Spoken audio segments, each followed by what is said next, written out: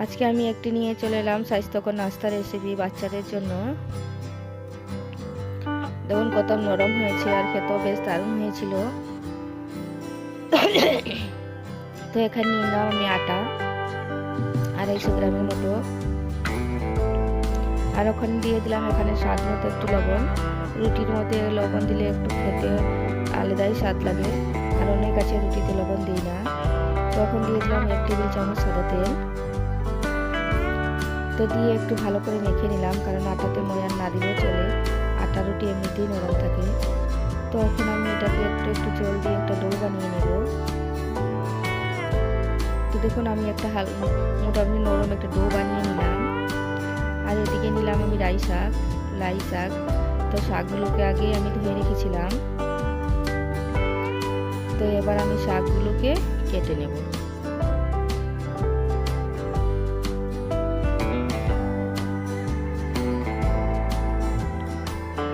তো শাকগুলোকে আমি কেটে নিলাম দেখুন।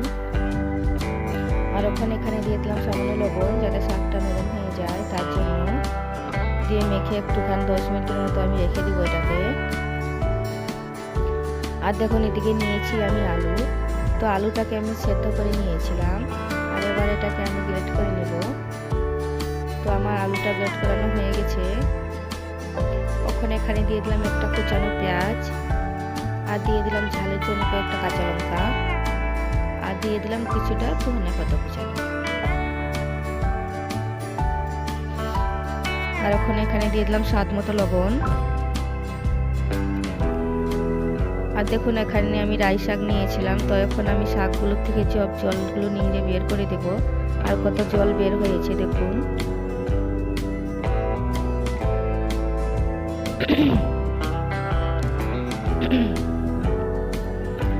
তখন এগুলোকে আমি ভালো করে মেখে নেব।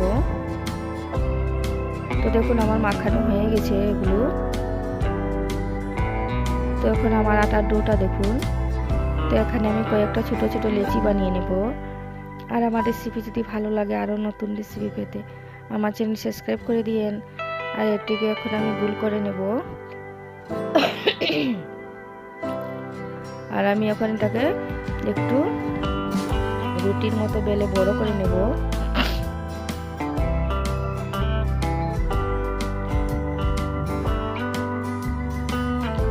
তো দেখুন এগুলোকে আমি এত বড় করে নিয়েছি।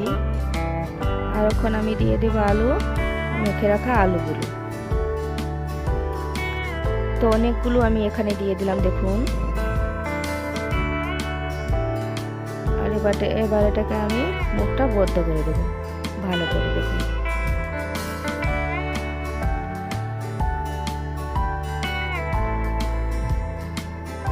এরকম করে এবার আমি মুখটা বন্ধ করে দিলাম। আর এরকম করে দিচ্ছি যাতে সব দিকে লেগে চলে যায় আলুগুলো। আর এখন আমি সামান্য আটা গুঁড়া দিয়ে দিলাম।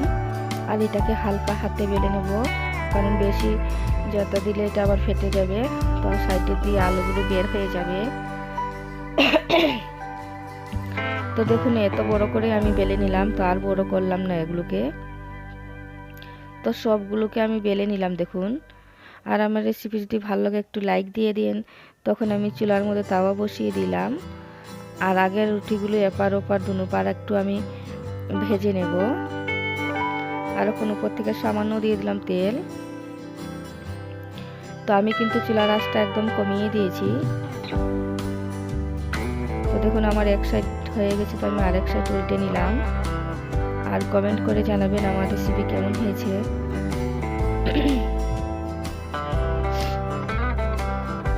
তো আমার একটা পরোটা হয়ে গেছে রুটি, তো আমি নামিয়ে নিলাম। তো আমি আরেকটা দিয়ে দিলাম দেখুন। তো সবগুলোকে আমি এরকম করেই বানিয়ে নিলাম দেখুন।